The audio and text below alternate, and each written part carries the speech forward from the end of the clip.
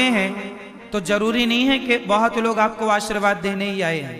कुछ लोग आपका वैभव देखकर ईर्ष्या पाल ले, अरे इनके पास इतना है, अरे तो इतनी तरक्की कर गए। वो आपसे मिलेंगे, आपका सब देखेंगे और जाकर के आपसे ईर्ष्या द्वेष चालू कर देंगे। इसलिए ज्यादा लोग उनके साथ उठो बैठो जो सदा भगवान की चर्चा करें। सत्संग किया करो, सत्संग में उठो बैठो, व्यर्थ की प्रपंच पंचायत में ना उलझें, यही सार है ना। ज्यादा प्रपंच में नहीं उलझना चाहिए किसी को, वरना आपका ही नुकसान है, आपके समय का ही नुकसान है। एक गांव का एक आदमी शहर चला गया और शहर जाकर उसने पहली बार लालटेन लेकर के आया। क्या लाया? जब लालटेन शुरू चला था तो लालटेन का भी एक क्रेज था। लालटेन जानते हैं आप लोग? लालटेन लेके आया। अब उसने अपने आंगन में लालटेन जलाया, और लालटेन ऐसा होता है कि आंगन में हवा चलती रहे तो भी जलता रहे, क्योंकि कांच का सपोर्ट रहता है उससे। क्यों? अब वो लाया, अब सारे गांव के लोग आए, भैया ये क्या चीज ले आए तुम? हमारा दिया तो हवा में बुझ जाता है, तुम्हारा बुझ नहीं रहा है। अब सारे गांव वाले देखने आए उसकी लालटेन। अब गांव वालों में काना फूसी चालू हो गई, यार भैया अपन सबके घर में अंधेरा है, इसके घर में उजेला है, क्या करें कि इसके घर में भी अंधेरा हो जाए। क्या करें कि इसके घर में भी अंधेरा हो जाए। तो गांव के सभी लोगों ने, कुछ लोगों ने जो ईर्ष्या वाले थे, उन लोगों ने प्लान बनाया। उन लोगों ने कहा या तो इसका लालटेन हम लोग फोड़ दें, या अच्छा बताइए, एक उपाय हमने बताया, गांव के लोगों ने सोचा, कुछ लोगों ने कि या तो हम इसका लालटेन फोड़ दें तो ये भी हमारी जैसे हो जाएगा फिर से, क्योंकि हमारे घर में अंधकार है, इसके घर में भी अंधकार रहेगा, क्योंकि इसके घर में उजेला है। या तो एक उपाय ये है कि इसका लालटेन फोड़ दिया जाए, या दूसरा उपाय ये है, अब बताओ दूसरा उपाय क्या है? आप लोग बताओ, दूसरा उपाय क्या है? बता दो। दूसरा उपाय ये है, या अपन लोग भी शहर चलें और अपन लोग भी एक एक लालटेन लेके आए और अपने घर को भी रोशन कर लें, या तो अपन अपने घर को भी रोशनी से भर लें, या तो इसका भी लालटेन तोड़ डालें। कौन सा उपाय अच्छा है? कि उसका भी घर प्रकाश से भरा रहे और अपना घर भी प्रकाश से भर जाए, रोशनी से भर जाए। इसके लिए क्या करना पड़ेगा? उसकी तरह उसकी टांग पकड़ के खींचने समाधान नहीं है, उसका लालटेन तोड़ देना समाधान नहीं है। आप अपने आप को भी इतना कामयाब बना लो कि आपके घर भी एक लालटेन आए और आपका भी घर प्रकाश से भर जाए। तो जीवन में ये सबक हमें लेना सीखना चाहिए कि हम दूसरों को देखकर जलना बंद करें और अपने को भी उसकी तरह कामयाब बनाएं। अपने को भी हम उसकी तरह कामयाब बनाएं, ना कि उसका पांव पकड़ के खींचे। तो ये सिद्धांत जीवन में आप सब लोगों के काम आएंगे, आपके बच्चों के काम आएंगे। पूतना मौसी जैसे लोग भी समाज में रहते हैं, जो जहर लेकर के चली गईं और भगवान को जहर पिलाना चाह रही हैं, पर भगवान ने पूतना को देखते ही अपनी आंखों को बंद कर लिया है। पूतना मौसी ने अपनी आंखें, बोलो मेरी मां, अपनी आंखें बंद कर ली। पूतना ने अपनी आंखें मूंद ली। अब भगवान कृष्ण ने अपनी आंखें मूंद ली पूतना को देखकर। आशय क्या हुआ? आपके लिए एक मैसेज है, ये मैसेज भगवान से मिल रहा है।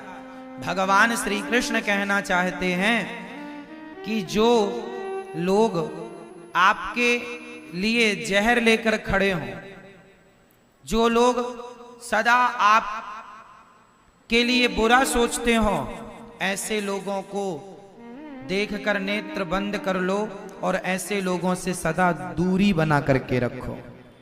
ऐसे लोगों से सदा दूरी बना के रखो। ये मैसेज देखना भी नहीं अपने को। भगवान ने पूतना को देखना ही बंद कर दिया, नेत्र बंद कर लिए।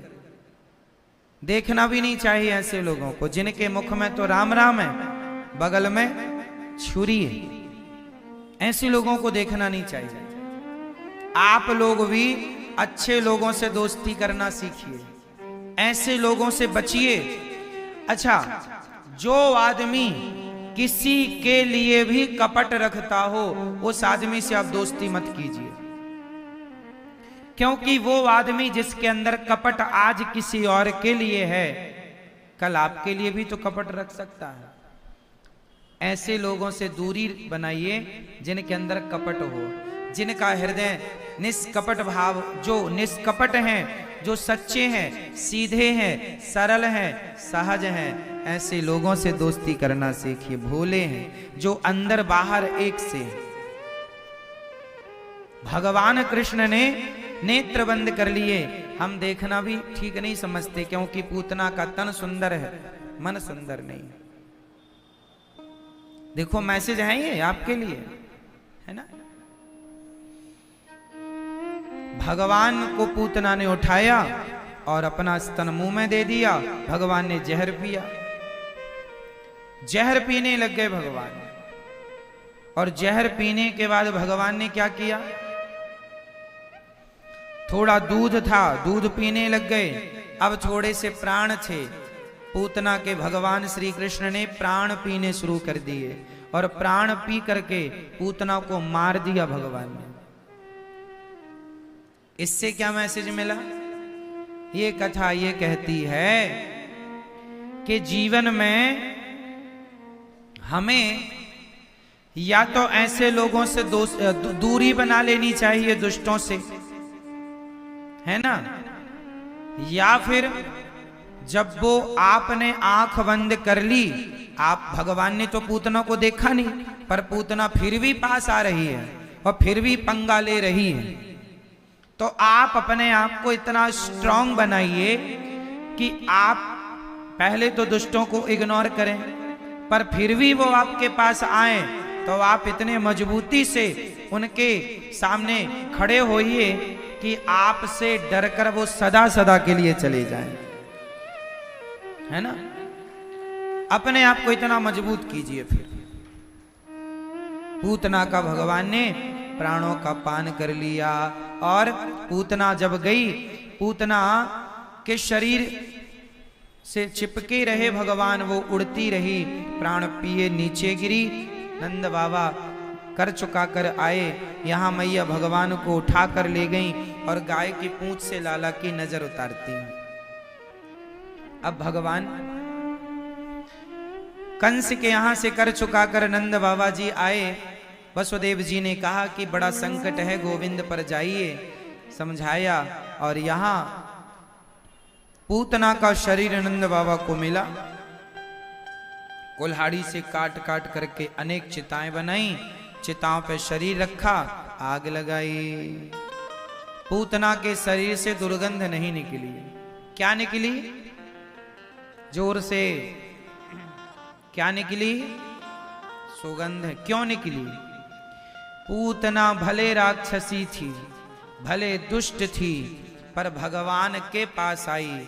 भगवान कहते हैं मेरा भक्त कितना भी बड़ा पापी हो, दुष्ट हो, पर मेरे चरणों में समर्पण कर दे, मैं सारे पापों को क्षमा करके मोक्ष का अधिकारी बना देता हूं।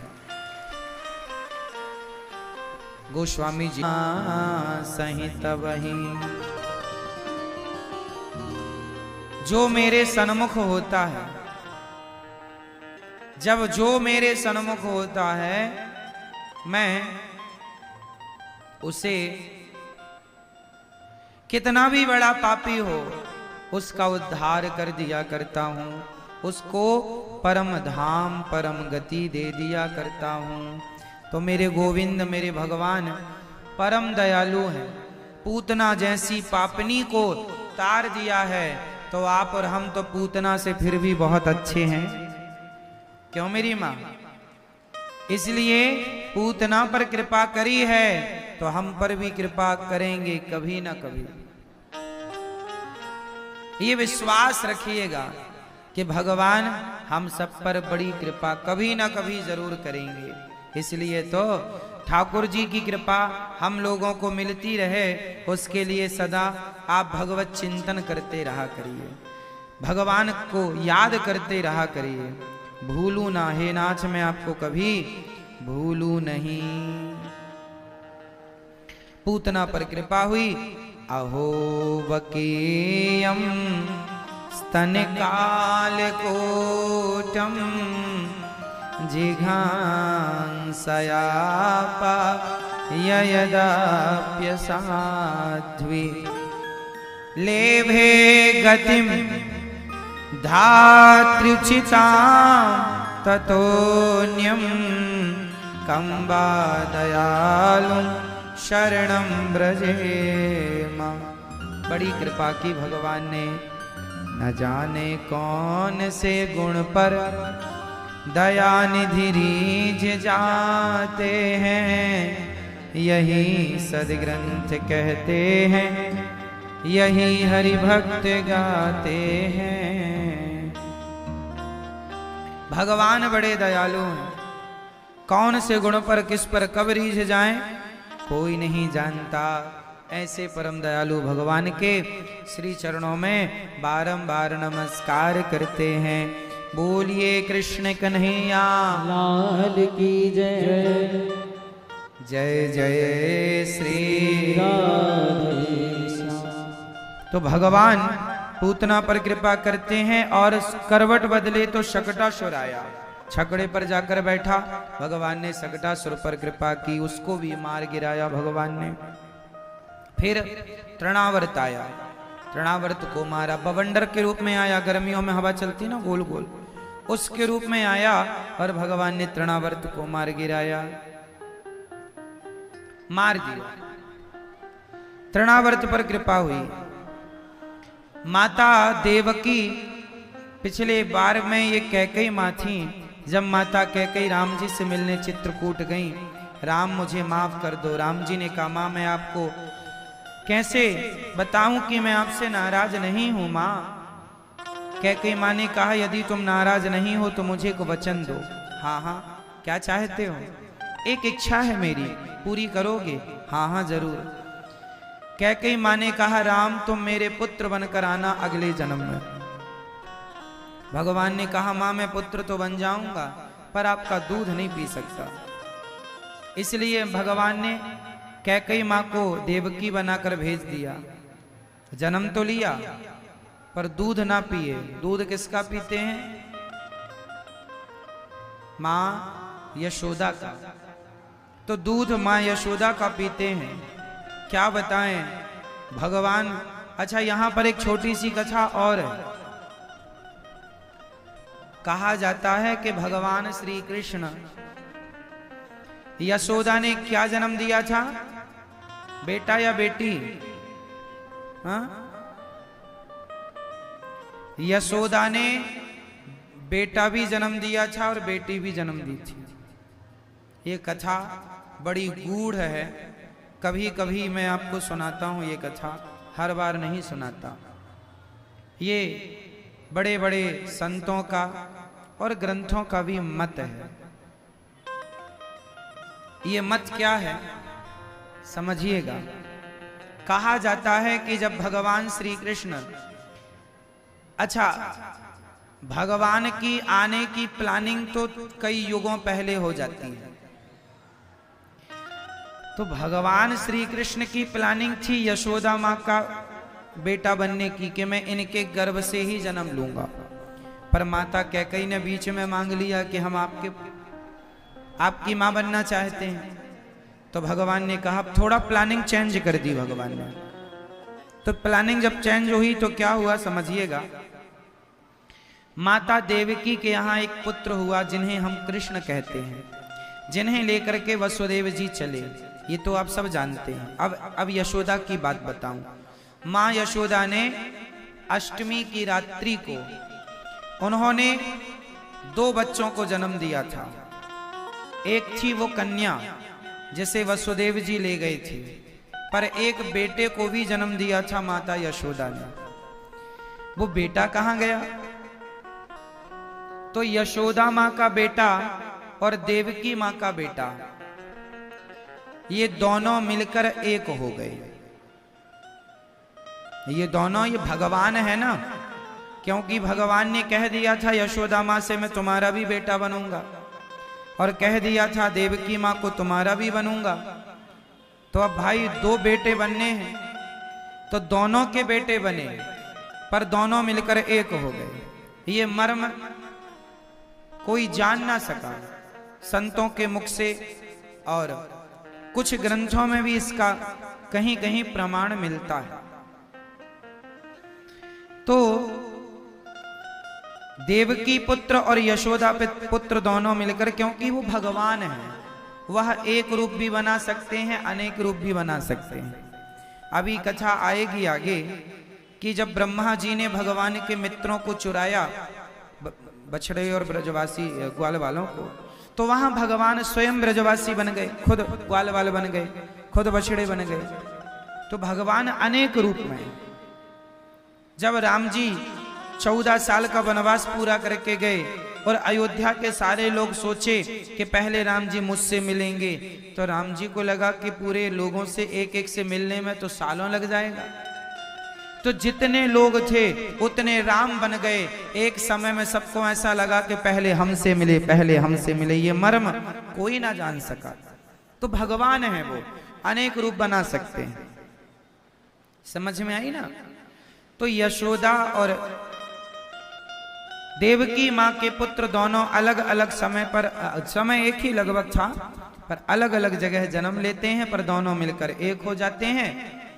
और श्री कृष्ण को लेकर के आए वसुदेव जी और कन्या को लेकर गए। अब यहां तक तो बात स्पष्ट हो गई।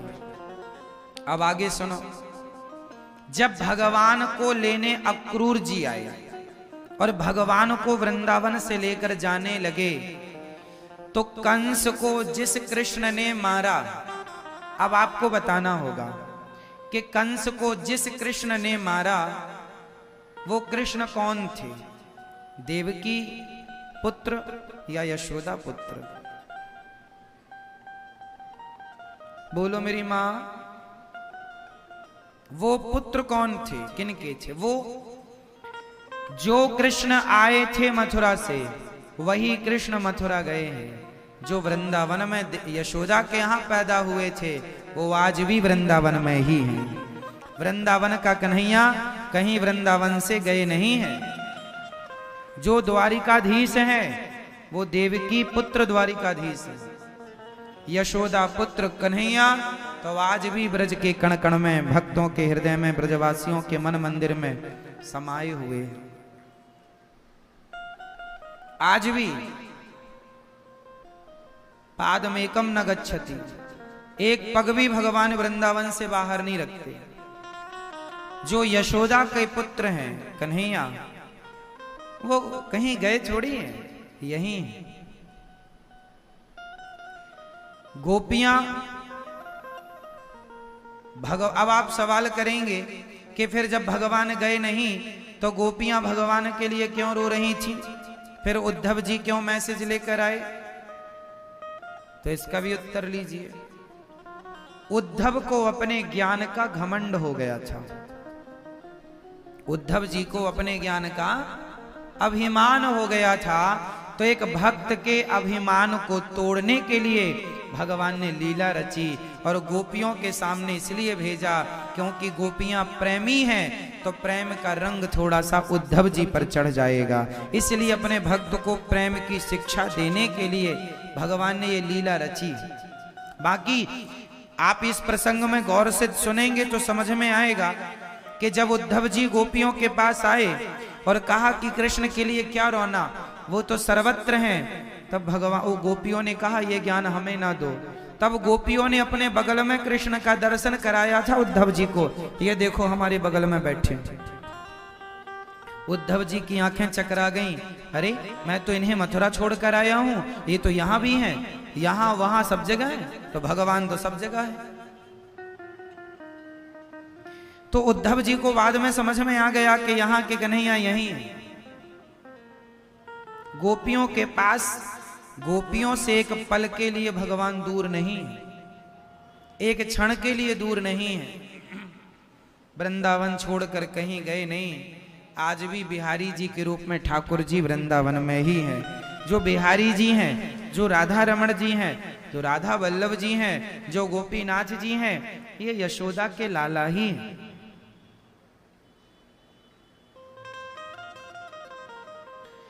तो भगवान अनेक रूप आया विष्णवे प्रभु विष्णवे। एक रूप में से एक रूप से वो द्वारिकाधीश है, एक रूप से वो बिहारी जी, एक रूप से वही गौरी गोपाल भगवान है। इसलिए वृंदावन में जो है ना बाल रूप की पूजा होती है। एक वृंदावन ही ऐसा धाम है जहां मंदिरों में आपने घंटा ना देखा होगा। यहां कहीं घंटा वंटा नहीं बजता, घंटा टन टन टन टन, कोई घंटा वंटा, यहां केवल घंटी बजती है आरती के समय, भोग के समय। ठीक है, क्यों नहीं बजता? क्योंकि यशोदा का लाला छोटा सा कन्हैया है ना। आज भी भाव यही है कि छोटा सा कन्हैया है वृंदावन में, और यदि ज्यादा बड़े बड़े घंटे बजाएंगे तो छोटा सा बच्चा घंटा सुन के उसकी नींद भी खुल जाती है, डर भी जाता है। तो भाव है भक्तों का ठाकुर जी को डिस्टर्ब ना किया जाए। छोटे छोटे बच्चों के सामने अब घंटा बजा दीजिए, बड़ा डर जाते हैं। तो भगवान के लिए भक्त का भगवान को काहे डर किस बात का, पर भक्तों का भाव है। जैसे आप लोग भगवान को सुलाते हो, जगाते हो, ये आपका भाव है, भोग लगाते हो, भाव है ऐसे ही। इसलिए यहां वृंदावन में कहीं मंदिरों में घंटा नहीं देखने को मिलेगा, क्योंकि यहां सदा बाल रूप की पूजा होती है। जो आपके गोपाल जी होते हैं ना, लड्डू गोपाल जी, यह भी बाल रूप ही होते हैं, छोटे से गोपाल जी। लड्डू गोपाल जी के हाथ में जो ये लड्डू होता है, ये लड्डू नहीं, ये मक्खन का गोला है। ये गोपाल जी जो हैं, ये कब के गोपाल जी, कौन सी भावना से ये इनको तैयार किया गया, किस भाव से? एक दिन भगवान श्री कृष्ण मां यशोदा दही मंथन करके अपना मक्खन निकाल के गोला बना के ऐसा, और मैया एक पात्र में रख रही थी कि पीछे से कन्हैया आए, माखन का गोला उठाया। और तब की बात है जब भगवान घुटनों के बल चलते थे। तो घुटनों के बल चलते हुए गोपाल हाथ में मक्खन का गोला लेके जाने लगे, है ना। तो ठाकुर जी दूर जाके खड़े हो गए, बैठे हैं, मतलब माखन का गोला हाथ में लिए हैं, एक हाथ सामने से नीचे, एक पांव नीचे, घुटना, जैसे गोपाल जी को आप देखते हैं ना, बस वही छवि से ठाकुर जी खड़े हैं और मैया को टुकुर टुकुर देख रहे हैं। मैया ने हमें देख तो नहीं लिया, और मैया ने देख तो लिया था, पर मैया ऐसे बहाना बना रही थी जैसे हमने नहीं देखा। तो कन्हैया मैया को देख रहे हैं टुकुर टुकुर, और मैया भी छिपी हुई नजरों से देख रही हैं। बस वो भगवान अपनी माँ को देख रहे हैं, भगवान अपने भक्त को देख रहे हैं, और भक्त अपने भगवान को देख रहे हैं। वही कथा की कल्पना करके सबसे पहले लड्डू गोपाल जी को किसी ने तैयार किया। वो कल्पना मन में बसा के कि ठाकुर जी ऐसे माखन लेके गए, और ये छवि मैया के मन में बसी, और वही छवि तैयार कर दी। तो वो गोपाल जी, लड्डू गोपाल जी, भगवान कितने सुंदर हैं। उनकी सुंदरता का वर्णन वेद पुराणों में मिलता है। उस आधार पर भगवान का की मूर्तियां तैयार होती हैं। कई लोग कहते हैं कि भगवान को किसी ने देखा थोड़ी है, जो मूर्ति आपने बनाई है भगवान की, भगवान ऐसे ही हैं, किसने देखा? अरे भाई देखा नहीं तो क्या हुआ, वेद पुराणों में लिखा है कि भगवान की आंखें ऐसी हैं, कान ऐसे हैं, गाल ऐसे हैं, अधर ऐसे हैं, बाल ऐसे हैं। उसी जो लिखा है उसके आधार से तैयार किया तो ठाकुर जी का ये चित्र सामने आ गया। ऐसे भगवान है। चोर को पकड़ने के लिए पुलिस भी तो स्केच बनवाती है। चोर को देखा था, बताओ कैसे दिखता है चोर? ऐसे दिखता है, बनवाओ बनवाओ बनवाओ, बन जाता है। तो ठाकुर जी भगवान जी ऐसे दिखते हैं, वेद पुराणों में लिखा हुआ है, उसी आधार पर तैयार भगवान को कर दिया जाता है। ऐसे भगवान जी, मानो तो मैं गंगा मां हूं, ना मानो तो बहता। सारी चीजें भावनाओं पर टिकी हुई। ये भावना, ये भाव है। भक्ति भाव से चलती है, भाव के बिना सब अधूरा है।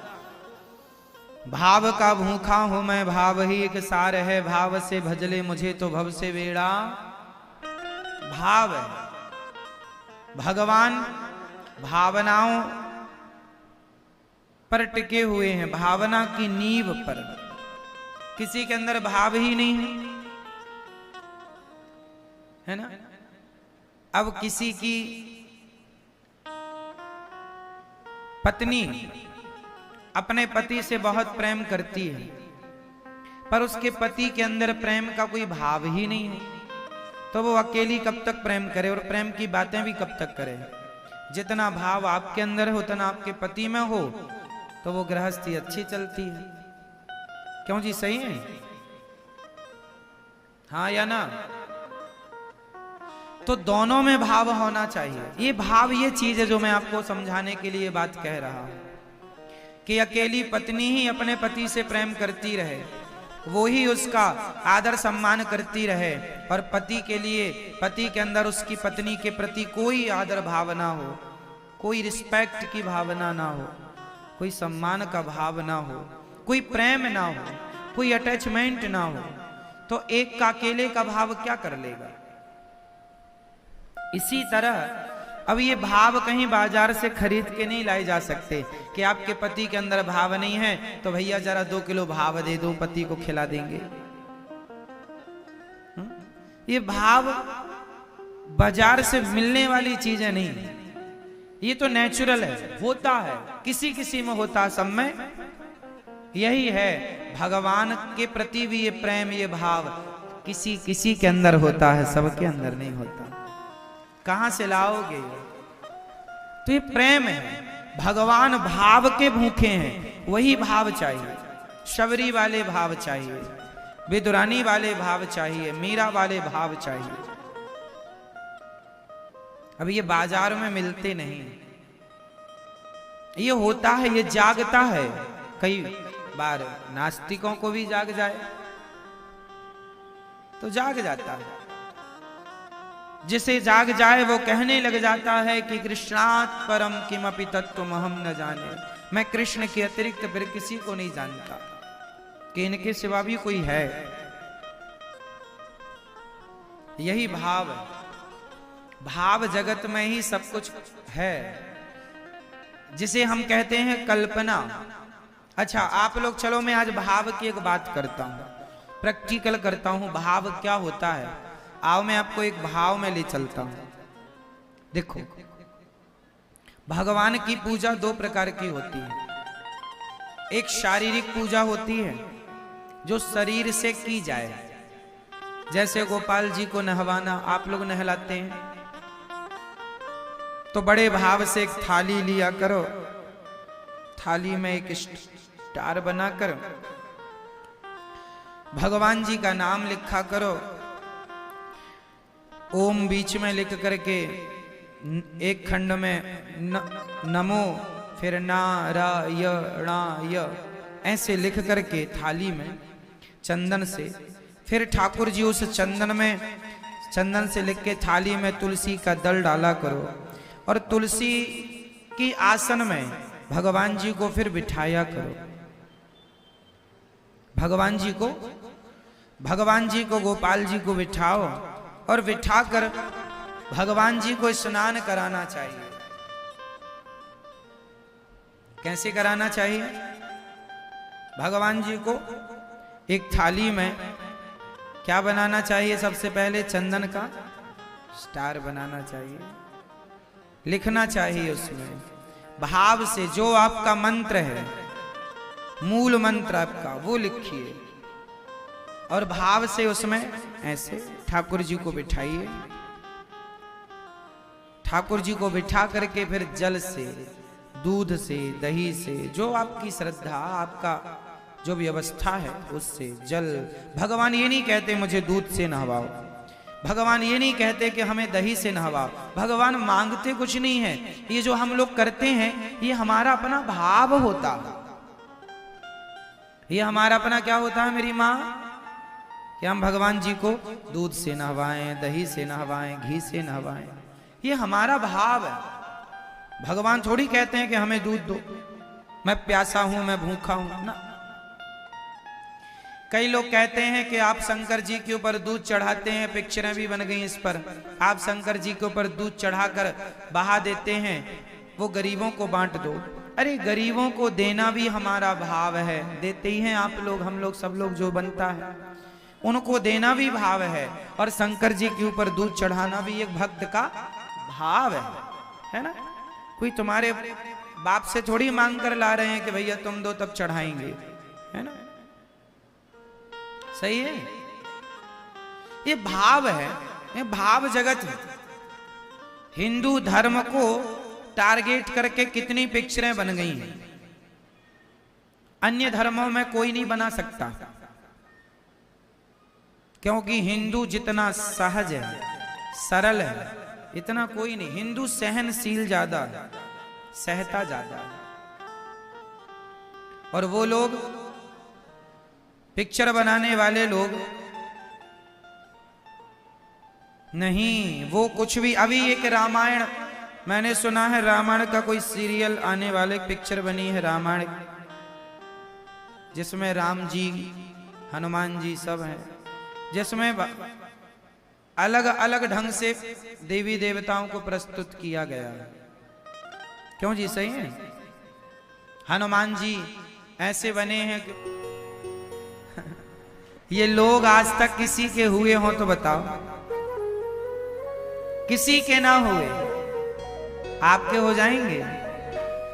अच्छा, भगवान हमारे हो सकते हैं कि नहीं? दुनिया के लोग हमारे हो सकते हैं कि नहीं, इसकी गारंटी नहीं, पर भगवान आपके हो सकते हैं, इसकी गारंटी है। इसलिए दुनिया को अपना बनाने में समय ना व्यर्थ में गवाया जाए, भगवान को अपना बनाया जाए। किसको अपना बनाया जाए? मीराबाई इसलिए तो कहती हैं, मेरे तो गिरधर गोपाल दूसरो न कोई। वो किसी को अपना बनाने के चक्कर में पड़ती ही नहीं। हमें भी किसी को अपना बनाने के चक्कर में नहीं पड़ना चाहिए। भगवान को अपना बना लो, बात खत्म। उनको अपना मान लो, हो गया। भगवान हमारे तो सब हमारे, भगवान हमारे नहीं तो सबको हम अपना बनाकर भी क्या पालेंगे? सबको बना के क्या पालोगे? इसलिए भगवान को, पूतना मौसी पर भगवान ने कृपा की। आज भगवान का नामकरण संस्कार हुआ। गर्गः पुरोहितो राजन् यदूनां सुमहातपा ब्रजं जगाम नन्दस्य वसुदेव प्रचोदितः। गर्गः पुरोहितो राजन्। अब बताइए, गर्गाचार्य जी आए हैं, सबका स्वागत सम्मान हुआ है, और गर्गाचार्य जी भगवान का पावन दर्शन करके उनकी समाधि लग जा रही है, भगवान के नामकरण संस्कार को कर रहे हैं। हमारे सनातन धर्म में संस्कार बहुत हैं, जिनमें 16 प्रधान संस्कार हैं। नामकरण संस्कार भी उन्हीं में एक है। आप अपने बच्चों के नाम अच्छे से रखा करो, है ना, अच्छे नाम, है ना, और संस्कार दिया करो अपने बच्चों को। अच्छा, बच्चों को संस्कार हम बुढ़ापे में दे पाएंगे कि लड़कपन में या जवानी में? कब दे सकते हैं संस्कार? क्या बुढ़ापे में संस्कार दिए जा सकते हैं? जवानी में संस्कार दिए जा सकते हैं? लड़कपन से, बाल्यकाल से ही बच्चों को संस्कार देना आप लोग स्टार्ट किया करो। छोटी सी उम्र से बच्चों को सिखाओ सब चीजें। राम जी के बारे में बच्चों को बचपन में बताओ, राम जी कौन है। आजकल बच्चों को पता ही नहीं होता कि राम जी कौन है, भगवान कृष्ण कौन है। राम जी के बारे में कोई जानकारी नहीं, क्योंकि आजकल माँ बाप को फेसबुक व्हाट्सएप से फुर्सत नहीं है। माँ बाप भी तो आजकल भटक गए हैं रास्ता। अच्छा, बच्चे, ऐसी बुद्धि थी स्वामी जी की, पढ़ते थे एक बार, एक ही विषय को बार बार पढ़ने से अच्छा है मन लगाकर एक बार पढ़ लीजिए, सदा के लिए मस्तिष्क में जाकर बैठ जाए। और ये तब पॉसिबल है।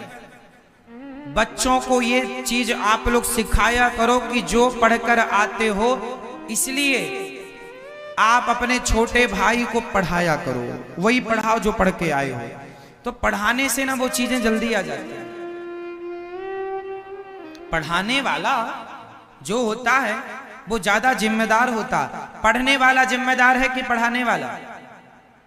स्वाभाविक है कि पढ़ने वाला गैर जिम्मेदार हो सकता है, पर पढ़ाने वाला जिम्मेदारी से पढ़ाएगा। इसलिए जो स्कूल में पढ़कर आते हैं बच्चे, उनसे बोला करो तुम अपनी बहन को पढ़ाओ। ये भले कुछ भी हो, पर पढ़ाने के उसका लीडरशिप जागेगी, उसका वो ये भाव जागेगा कि मुझे पढ़ाना है।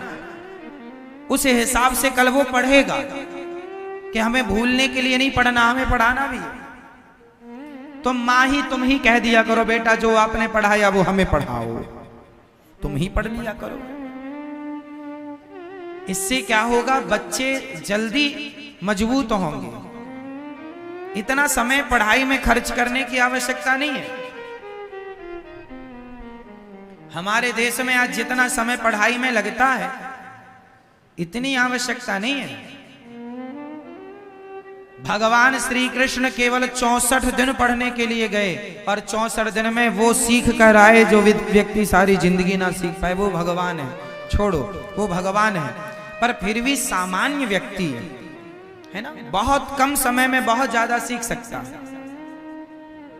सारी जिंदगी। अच्छा ये बताओ, आप व्यापार करते हैं, कितने व्यापारी ऐसे हैं जो कहीं पढ़ने नहीं गए, कोई यूनिवर्सिटी, कोई कॉलेज में कोई डिग्रियां नहीं पढ़े पाए, पर आज वो सफल व्यापारी, सफल बिजनेसमैन है। क्यों? क्योंकि उन्होंने कागजी पढ़ाई पूरी नहीं की, उन्होंने अनुभव की पढ़ाई की है, अनुभव ज्यादा पाया है उस सब्जेक्ट का, उस विषय का। क्यों जी, सही है? अनुभव, तो अनुभव ज्यादा होना चाहिए। अच्छा बताओ, कोई कहे कि बाल काटना, चलो बाल काटना सीखते हैं। अब आप कहेंगे लो इंजीनियर नहीं बन रहा है, एडवोकेट नहीं बन रहा है, सीए क्लियर नहीं कर रहा है, ये क्या करने लगा, बाल काटना कोई। मैंने सुना है कि हमारे देश में एक बाल काटने वाला है जो एक बार बाल काटने का एक आदमी से 10,000 रुपए लेता है, और लोग भीड़ लगी रहती है उसके यहाँ बाल कटाने वालों की। अब सोचो वो कैसे बाल काटता होगा कि 10,000 रुपए लेके बाल काट रहा है। हाँ या ना? अर्थ क्या निकला? अर्थ ये नहीं, जरूरी नहीं है कि आप डॉक्टर होंगे तो ही सफल होंगे, एडवोकेट हैं आप तो ही सफल हैं, आप बड़े बिजनेसमैन हैं तो ही सफल हैं। आप अपनी बुद्धि को वहां भी लगा सकते हैं। स्कूलों में वो स्कूलों को संभाल रहे हैं, पढ़े लिखे लोगों को प्रिंसिपल बनाकर उनकी देखरेख में बड़े बड़े स्कूल चला रहे हैं, खुद अंगूठा छाप है, लेकिन बड़ी बड़ी यूनिवर्सिटियां खुद संभाल रहे हैं, खुद संभाल रहे हैं। पढ़े लिखे लोगों को ले आए, चलो भाई संभालो, दिमाग आपका है, पढ़े लिखे लोगों की कमी थोड़ी है। कितने चाहिए आपको पढ़े लिखे लोग, मिल जाएंगे। उन पढ़े लिखे लोगों को भी हैंडल करने वाला दिमाग चाहिए। वो दिमाग जरूरी नहीं है कि पढ़े लिखे व्यक्ति में ही हो, एक अनपढ़ आदमी में भी हो सकता है। यदि आप कुछ करना चाहते हैं तो ये मत सोचिए कि आप नहीं पढ़े लिखे, अरे कोई बात नहीं, हम जो पढ़े हैं उतने से हम बहुत कुछ कर सकते हैं। कितने लोग ऐसे हैं 5वीं तक पढ़े हैं पर आज बहुत कुछ कर रहे हैं। हमारे एक जानने वाले भक्त हैं, दिल्ली रहते हैं, भागवत जी भी उन्होंने कराई है। वो स्वयं ज्यादा नहीं पढ़े, उस जमाने में 5वीं 8वीं तक पढ़े हैं, लेकिन वो मशीनें बनाते हैं। जब वो मशीनें बनाते हैं तो उनके सामने बड़े बड़े पढ़े लिखे लोग आते हैं उनसे सीखने कि आप हमें आइडिया दीजिए। टैलेंट कागजों में नहीं होता, टैलेंट खोपड़ी में होता है, मस्तिष्क में होता है ना।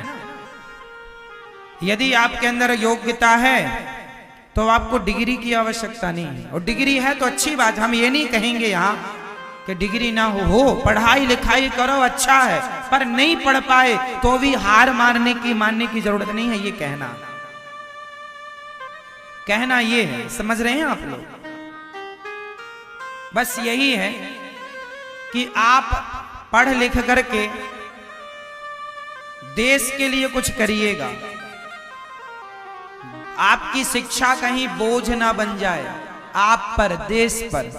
जो लोग पढ़ लिख कर भी बड़े बड़े पदों में जाकर भ्रष्टाचार करने लग जाते हैं, मुझे लगता है इनकी शिक्षा ये बोझ बन गए हैं। जब तक जिएंगे भ्रष्टाचार करेंगे, है ना। तो ऐसी शिक्षा क्या काम की जो आपको भ्रष्टाचारी बना दे। अरे ईमानदारी से आप अपने जीवन को आगे बढ़ाएं और अपने देश को आगे ले चलें, ऐसा ना हो। आज देखिए हमारे देश में हर शहर में सड़कें बनती हैं, महीने भर बाद फिर खोद दी जाती हैं कि ये लाइन डालना भूल गए। बनाने में कितना खर्चा लगा, खोदने में कितना खर्चा लगा, तीसरी बार बनेगी, दूसरी बार फिर कितना खर्चा, कहां से आता है पैसा। विदेशों में एक चीज बनती है तो पूरी प्लानिंग से बनती है, 100 साल के लिए बनती है कि हम एक ही काम को 100। हमारे देश में क्या होता है, एक काम को 100 बार किया जाता है। सड़क बनाई फिर खोदी, फिर बनाई फिर खोदी। ये सरपंच आया तो इसने बनाई, वो सरपंच आया उसने बनाई। हर सरपंच सड़क बनाता, आगे का काम होते ही नहीं, क्योंकि वही खोदना है वही बनाना है। एक बार ऐसी बना लो कि 100 साल के लिए बन जाए, तब आगे दूसरे काम करेंगे, तब ना विकास होगा। एक कोई खोद खोद के बनाएंगे क्या होगा। हमारे शहरों का विकास क्यों नहीं हो रहा। वही सड़क पिछली बार भी खुदी थी, पिछली बार भी बनी थी, वही सड़क इस बार भी खुदी है, इस बार भी बन रही है। आगे का सोच ही नहीं सकते। बोलो हमारे देश में ऐसा होता है कि नहीं। हर शहर में होता है। हमारे गांव गांव में देखो, पिछला सरपंच भी सड़क बनवाया था, वो सरपंच, इस सरपंच के आते आते वो सड़क खराब हो गई, इस सरपंच ने भी सड़क बनवाई, वही सड़क बनवाई। सड़कें ऊंची हो गई, लोगों के घर नीचे हो गए, क्योंकि सड़क हर 5 साल में बनती है।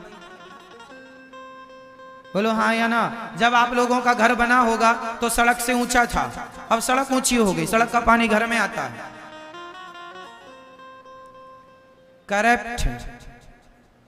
करप्शन इतना ज्यादा, भ्रष्टाचार इतना ज्यादा। कौन लोग कर रहे हैं। गांव का मजदूर आदमी, कोई अनपढ़ आदमी भ्रष्टाचार नहीं कर रहा है, पढ़े लिखे लोग। कौन लोग हैं ये, यही भार हैं, यही बोझ हैं पृथ्वी में।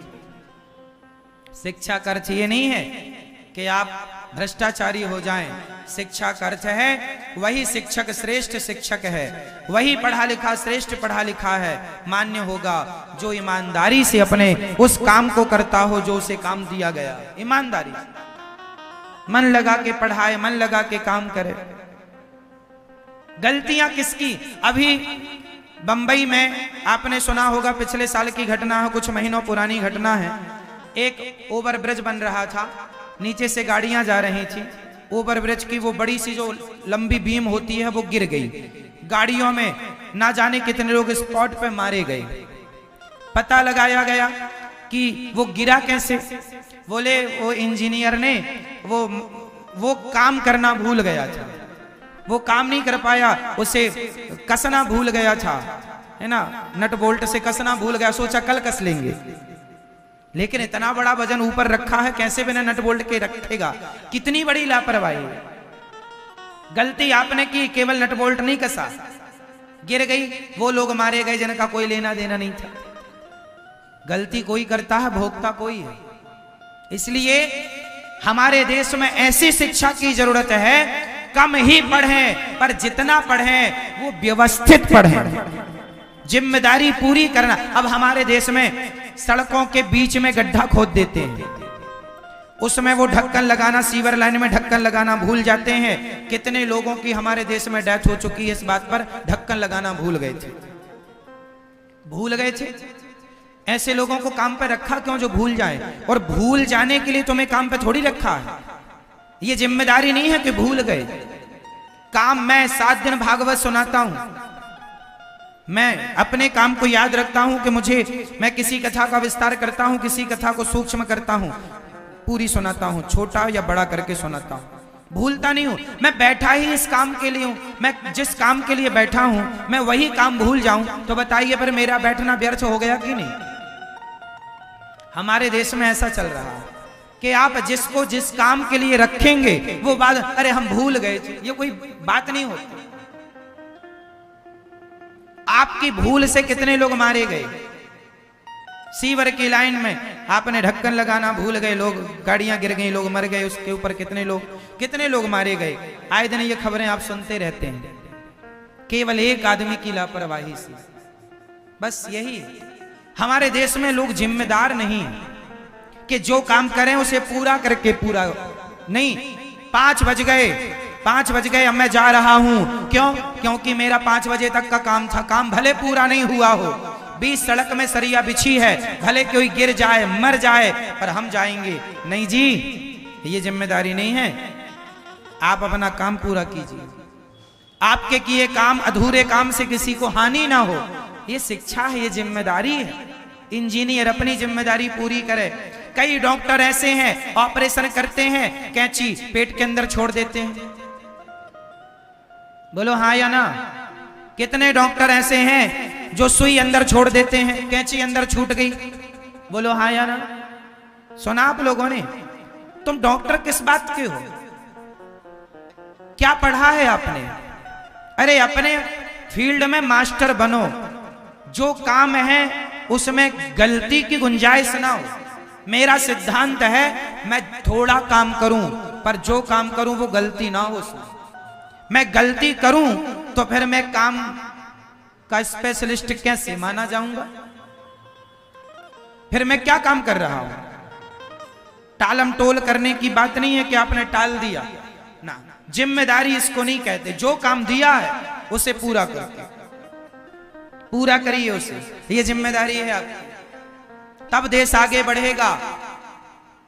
डॉक्टरों को ऐसी शिक्षा प्राप्त होनी चाहिए कि तुम्हें काम पूरा करना है, ये नहीं कि कैंची अंदर छोड़ दो। कोई हाथी का पेट थोड़ी था कि तुमने कैंची वहां रख दी तो यहां आने में फिर दिखाई ना पड़ी।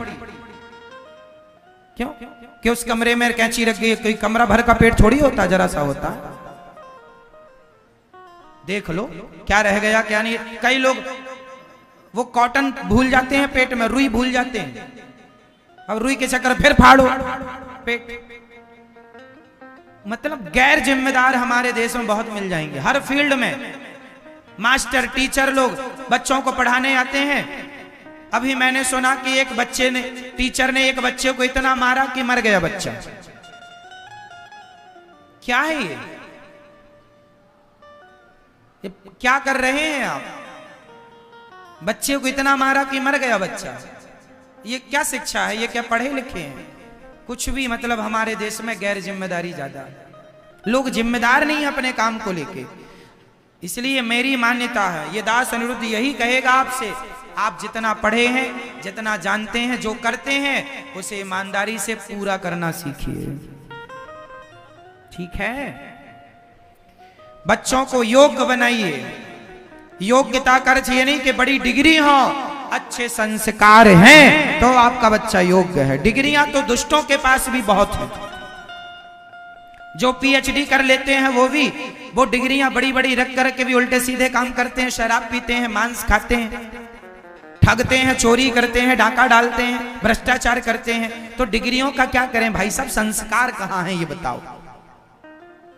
देश तरक्की डिग्रियों से ना करेगा, देश तरक्की संस्कारों से करेगा। बताओ, संस्कारी बनो और देश को आगे ले जाओ, महान विचार बनाओ, अपने अच्छा काम करो। बड़ा बनने के लिए आपको क्या करना चाहिए? रामदेव बाबा जी के पास कोई डिग्री नहीं है, लेकिन आज उनका व्यापार पूरे देश विदेशों में है। भारत का नाम अर्थात हमारा जो आयुर्वेद है, हमारा जो भारतीयता है, आखिर उसको किसी न किसी प्लेटफॉर्म तक पहुंचाया ना उन्होंने। तो जरूरी नहीं है कि आपके पास डिग्री हो तो ही आप ये करें। व्यापार का कोई अनुभव नहीं था रामदेव बाबा जी को, लेकिन फिर भी उन्होंने अपने व्यापार को बहुत सफल बनाया। कहने का तात्पर्य यह है, डिग्रियों से व्यापार सफल बनाना। आप सोचें कि डिग्रियों से सब काम हो सकता है, नहीं। आपकी मेहनत, आपकी लगन आपको आगे ले जाकर आपको आगे ले जाएगी। जैसे रामदेव बाबा को उनकी लगन, उनकी निष्ठा ने उन्हें आगे पहुंचाया। वो जिस क्षेत्र में चले, चलते चले गए। डिग्रियों की कोई परवाह ना की कि डिग्रियां हमारे पास हैं कि नहीं। क्या करेंगे हम डिग्रियों का? बताओ। टाटा, बिरला, अडानी, अंबानी से कौन पूछ रहा कि उनकी डिग्रियां कितनी हैं? इसलिए जरूरी नहीं है कि हम बहुत बड़ी डिग्री लेके आगे जाएंगे ना जी। आप जहां हैं वहीं से आप पॉजिटिव विचारधारा से आगे बढ़िए। आप वहां पहुंच जाएंगे जहां जाने की लोग सोचेंगे। पहुंचिए, आप अपने बच्चों को योग्य बनाइए। और आज की शिक्षा नीति को मेरे हिसाब से परिवर्तन करने की आवश्यकता है। मेरे हिसाब से ऐसी शिक्षा दी जानी चाहिए जिसमें बच्चे सेल्फ डिपेंड बने, आत्मनिर्भर बने। आज तो नौकरी, आज पढ़ लिख लेते हैं बच्चे, बस नौकरी दे दो, नौकरी दे दो, नौकरी दे दो। आज की शिक्षा नौकर बनाने वाली शिक्षा है। और हमारी भारतीय शिक्षा वो शिक्षा रही जहां नौकर नहीं, मालिक बनाने की शिक्षा दी जाती थी। तुम्हें नौकर नहीं बनना, मालिक बनना है। पढ़ लिख कर क्या बनना है? जोर से मालिक। क्या बनना है? मालिक, नौकर नहीं। और आज की शिक्षा क्या बना रही है? नौकर। इसलिए हमारा देश पीछे है, क्योंकि यहाँ नौकर बनने की होड़ लगी है। हमें भी नौकर बना लो, हमें भी नौकर बना लो। कोई ये नहीं कहता हम भी मालिक बनेंगे, हम भी मालिक बनेंगे। नौकरियां लेने वालों की भीड़ है, देने वालों की कमी है। आप अपने बच्चों को नौकरियां देने वाला बनाना, ना कि नौकरियां लेने वाला, देने वाला बनाओ। बस विचारों की कमी है मेरी माँ। बस जितना पढ़ाया हमारे देश में जाता है, मेरे हिसाब से कम समय में ज्यादा से ज्यादा पढ़ाया जा सकता है। कम समय में ज्यादा। और पढ़ाई ऐसा ना हो कि केवल बच्चा पढ़े। मेरी मान्यता है कि काम भी करे बच्चा और पढ़ाई भी करे बच्चा, तो वो पढ़ाई ज्यादा कारगर होगी कि उसे अनुभव भी मिल रहा है प्रैक्टिकली। क्यों जी? सही है। पढ़ाई का सिद्धांत बिल्कुल अलग। मुझे लगता है कि 12-15 साल से बच्चों को काम दे देना चाहिए। काम भी करो, पढ़ाई करो, तो पढ़ाई पूरी होते होते कामों का अनुभव हो जाएगा। अब 25 साल का छोरा डिग्रियां लेके जाता है, अब काम सीख रहा, ये काम अब ऐसे कैसे करना। चाइना के 12-12 साल के बच्चे कैलकुलेटर बनाना जानते हैं।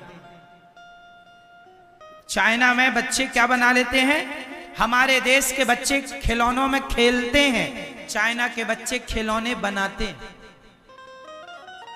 हमारे देश के बच्चे गेम खेलते हैं, चाइना के बच्चे गेम बनाते हैं। कितने आगे हैं वो उनकी शिक्षा प्रणाली अलग है, हमारी शिक्षा प्रणाली अलग है, शिक्षा व्यवस्था अलग है हमारी।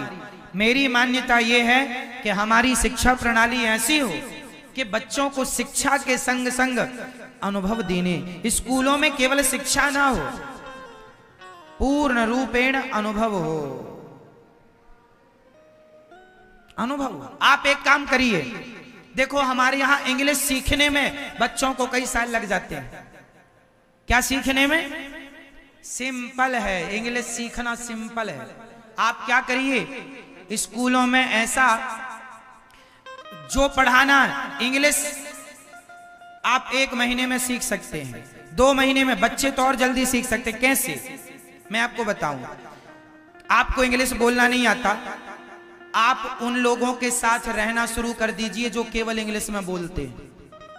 आप 1 महीना रहिए, बिना ग्रामर के आप फॉरवर्ड इंग्लिश बोल सकते हैं, क्योंकि आप उन लोगों के बीच में, अब वो हिंदी बोलते ही नहीं। आप अमेरिका चले जाइए, अंग्रेजों के साथ रहिए, इंग्लैंड चले जाइए, अंग्रेजों के साथ रहिए, वहां केवल इंग्लिश बोली जाएगी। आप रहिए, आप ना चाह करके भी 2 महीने 4 महीने के अंदर टॉप की इंग्लिश बोलने लग जाएंगे उनकी तरह। हाँ या ना? तो सीखने में समय क्या, साथ में रहने से क्या होगा, वो काम जल्दी हो जाएगा, अनुभव मिल जाएगा।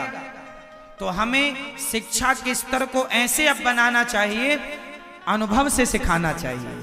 थोड़ा सा अभी भी हमारी शिक्षा पद्धति जो है बेहतर है, उसे और बेहतर किया जा सकता है। तरीके बदले जा सकते हैं, पढ़ाने के तरीके बदले जा सकते हैं, बच्चों को गाइड करने के, समझाने के, बच्चों को प्रैक्टिकली ज्ञान बच्चों को दे दिया जाए। आप हमें कुछ बनाकर लाएंगे, बना के लाओ, जाओ कुछ आविष्कार करके लाओ, चलो आप साइंस की पढ़ाई पढ़ रहे हैं, चलो जाओ। आप हमें 1 महीने के अंदर अपनी ओर से कोई नया आविष्कार करके देंगे। जब आप उनको चैलेंज देंगे तब वो करेंगे उसमें काम, अपना दिमाग लगाएंगे। चैलेंज ही नहीं है जीवन में कुछ, चलो सीधी सीधी जिंदगी चल रही है, चैलेंज तो हो। क्यों मेरी मां? छोटे छोटे बच्चों के सामने चैलेंज होना चाहिए। आप बच्चों से कहिए चलो कूद कर दिखाओ, ये कूद कर दिखाओ, बच्चे कूदेंगे। नहीं कूदना ही है तो बच्चे और जोर लगाएंगे, है ना? चैलेंज जरूरी है जीवन में, है ना? जीवन ऐसे सहजता से तो आप काखा गाघा याद कर लो, ABCD याद कर लो, 4-6 साल बाद इंग्लिश बोलना आपने स्टार्ट कर दिया, अच्छी बात है। लेकिन प्रॉपर आप जो, मैं चाहता हूं कम समय में ज्यादा नॉलेज। ये मैं तब की बात है, आज 4 साल में बच्चा इंग्लिश सीखता है, 3 साल में सीखता होगा, है ना? और जल्दी तो 2 साल लेता होगा, और जल्दी तो साल भर लेता होगा।